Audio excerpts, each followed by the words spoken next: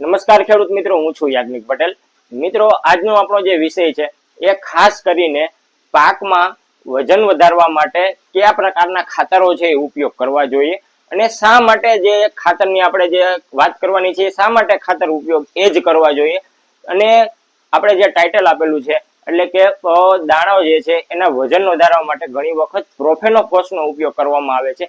તો એના પાછળનું શું કારણ છે, શું રહસ્ય છે, શા માટે પ્રોફેનાના ઉપયોગથી દાણાનું વજન વધે છે, તો એ પણ હું તમને અંતમાં જણાવી દઈશ. તો મિત્રો, વિડીયો છે એ તમારા માટે ખૂબ જ એવો મહત્વનો સાબિત થવાનો છે, કારણ કે આપણે બધા ખાતરો છે એ ઘણા બધા ઉપયોગ કરીએ છીએ અને આ ખાતરો છે એ પરિપક્વ થઈ જાય એટલે કે જ્યારે પાકમાં ફળ આવી જાય ને ફળ જે છે કમ્પ્લીટ થઈ ગયું પછી આપણે આ પ્રકારના ખાતરો જે છે વજન વધારવા માટે ઉપયોગ કરતા હોઈએ છીએ.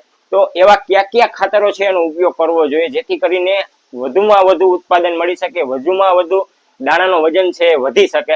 તો મિત્રો, વિડીયો છે તમારા માટે ખૂબ જ મહત્વનો છે, તો વિડીયોને અંત સુધી જોજો, પૂરી માહિતી છે મેળવજો જેથી કરીને તમને આ માહિતી છે ક્યાંક ને ક્યાંક ફાયદારૂપ થશે. હવે મિત્રો, કોઈ પણ પાક હોય તો એમાં સામાન્ય રીતે સૌપ્રથમ જે છે વૃદ્ધિ વિકાસ અવસ્થા હોય, ત્યારબાદ જે છે ફૂલ અવસ્થા આવતી હોય, પછી છે ફળ અવસ્થા આવતી હોય અને ફળ અવસ્થા પછી ફળ પાકવાની અવસ્થા આવતી હોય એટલે કે એને પરિપક્વ અવસ્થા કહેવામાં આવતી હોય છે. તો આ પરિપક્વ અવસ્થા દરમિયાન આપણે ખાતરોનો ઉપયોગ કરવામાં આવતો હોય છે જેથી કરીને દાણાનો વજન વધે. તો આ પરિપક્વ અવસ્થા દરમિયાન છોડમાં રહેલી એનર્જી જે છે, છોડમાં રહેલા ન્યુટ્રિશન હોય છે તેમજ છોડમાં જે સ્ટોરેજ રહેલું છે એ સ્ટોરેજ છોડ જે છે પોતાના બીજને આપી દેતો હોય છે.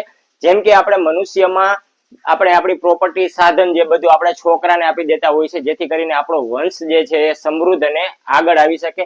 તો એવી જ રીતના છોડવામાં જે રહેલી એનર્જી, સ્ટોરેજ કે ન્યુટ્રિશન જે કંઈ પણ રહેલા છે એ પોતાના બીજને આપી દેતા હોય છે જેથી કરીને બીજનું વજન વધે અને બીજ જે છે વધુમાં વધુ ગુણવત્તા વાળું બની શકે. તો સવાલ એ છે કે આ સ્ટોરેજને આપણે વધુમાં વધુ બીજ તરફ લઈ જવા માટે, બીજને આપવા માટે કયા ખાતરોનો ઉપયોગ કરવો જોઈએ, કયા પ્રકારના ન્યુટ્રિશન જે છે એનો ઉપયોગ કરી લેવામાં આવે તો આ સ્ટોરેજ જે છે વધુમાં વધુ પોતાના બીજને મળી શકે અને જે ન્યુટ્રિશન રહેલું છે બીજને મળી શકે અને બીજ જે છે વજન વાળું થઈ શકે. તો એવા જે ન્યુટ્રિશન છે, ખાતરો જે છે એની આપણે વાત કરવાના છીએ કે જે સ્ટોરેજનું બીજ તરફ લઈ જવા માટે મદદરૂપ કરતા હોય છે. તો એમાંનું જે પ્રથમ જે છે એ પોટાશ આવે છે એટલે કે પોટેશિયમ આવે છે, જે આપણે અલગ અલગ ખાતરોમાં જોવા મળતું હોય છે. જેમ કે 0050 જોવા મળતું હોય છે. આ ઉપરાંત સલ્ફેટ ઓફ પોટાશ આવે છે, તેમજ મ્યુરેટ ઓફ પોટાશ પણ આવે છે કે જેમાં આ પ્રકારનું પોટાશ રહેતું હોય છે જે છોડવામાં વજન વધારવા માટે મદદરૂપ થતું હોય છે. આ એક જ ખાતર નથી, બીજા અન્ય પણ ખાતરો છે જેનો પણ આપણે ઉપયોગ કરવો જોઈએ. તો જેવી જ રીતના ફોસ્ફરસને મદદ કરવા માટે ફેરસ ખાતર ઉપયોગ કરવામાં આવતું હોય છે જે ફોસ્ફરસનું નજીકનો મુખ્ય તત્વ છે. તેમજ નાઇટ્રોજન માટે આપણે કેલ્શિયમ ઉપયોગ કરતા હોય છે, નાઇટ્રોજનના વધુ ઉપયોગ થાય માટે આપણે કેલ્શિયમ સાથે ઉપયોગ કરતા હોય છે.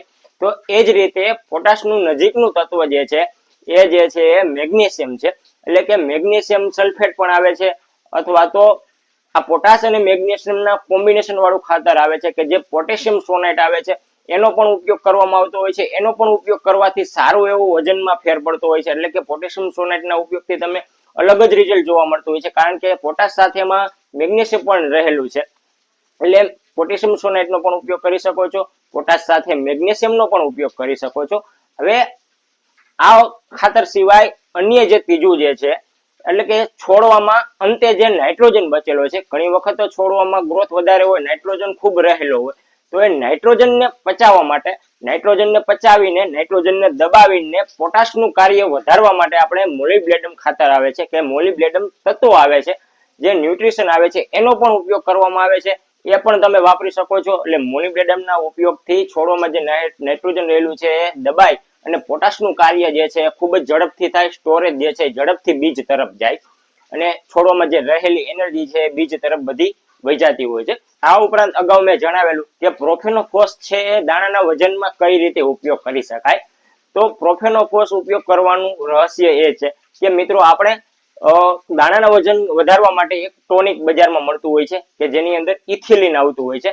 તો એ ઇથિલિનના ઉપયોગથી જે સ્ટોરેજ એનર્જી રહેલી છે વધુમાં વધુ અને ઝડપથી તેમજ સરળતાથી બીજ તરફ જતી હોય છે જો એના પરિપક્વ અવસ્થા દરમિયાન ઉપયોગ કરવામાં આવે.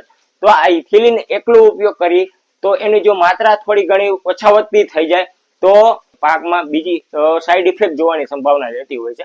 તો આ ઇથિલિનનો ઉપયોગ જે કરવાનો છે માત્ર આપણે પીપીએમ માં કરવાનો રહેતો હોય છે, કારણ કે એકલું ઉપયોગ કરી તો પ્રમાણ જે છે ઓછું વધતું થઈ જતું હોય છે. પરંતુ આ ઇથિલિન જે છે એ પ્રોફેનોફોસ સાથે રહેલું હોય છે, જેમ કે પ્રોફેક્સ આવે છે, અન્ય કંપનીના પ્રોફેનોફોસ આવે છે, તો એમાં ઇથિલિન નું ભાગ રહેતો હોય છે જે ટોનિકના રૂપમાં કામ કરતો હોય છે. તો જો તો પ્રોફેનોફોસ નો ઉપયોગ કરવામાં આવે તો એમાં જે રહેલું ઇથિલિન જે છે પાકને મળી રહે, એટલે પાક જે છે સ્ટોરેજ જે છે સરળતાથી અને ઝડપથી જે છે બીજ તરફ જશે. તો દાણાના વજનના વધારા કરવા માટે ઇથિલિન જે છે ખૂબ જ મદદરૂપ રહેતું હોય છે. તો આ પણ પ્રોફેનો જે છે એનો તમે ઉપયોગ કરી શકો છો, જેનાથી પણ દાણાનું વજન વધતો હોય છે. તો મિત્રો આ પ્રકારના ખાતરો જે છે પોટાશ છે, મેગ્નેશિયમ છે, તેમજ મોલિબેડમ છે અને ઇથિલિન જે છે એનો જો ઉપયોગ કરવામાં આવે, જે પરિપક્વ અવસ્થા દરમિયાન ઉપયોગ કરી લઈએ તો દાણાનું વજન જે છે ઝડપતાથી અને ખૂબ જ જાજી એવી માત્રામાં વધી જતું હોય છે. તો આશા રાખું છું કે જે ખેડૂત મિત્રોને પરિપક્વ અવસ્થા દરમિયાન જે ખાતરનો ઉપયોગ કરવાનો છે, જે દાણાના વજનમાં મદદરૂપ કરતું હોય છે, તો એના વિશે પૂરતી માહિતી મળી હશે. તો ફરી જ મળીશું નવા વિડીયોમાં નવી માહિતી સાથે. આભાર.